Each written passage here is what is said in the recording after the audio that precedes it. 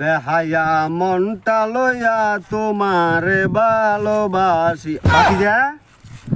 কিসে গরু বাজার যাবার হুন্দা টুন্দা নাই আছে কাকা দেন না কেন ওই ওই একখানা নিচে দিয়ে 2 কেক দিছান ওই জমিন নিছান বাকি যা কই জানো তো হুন্দা নাই তুই এই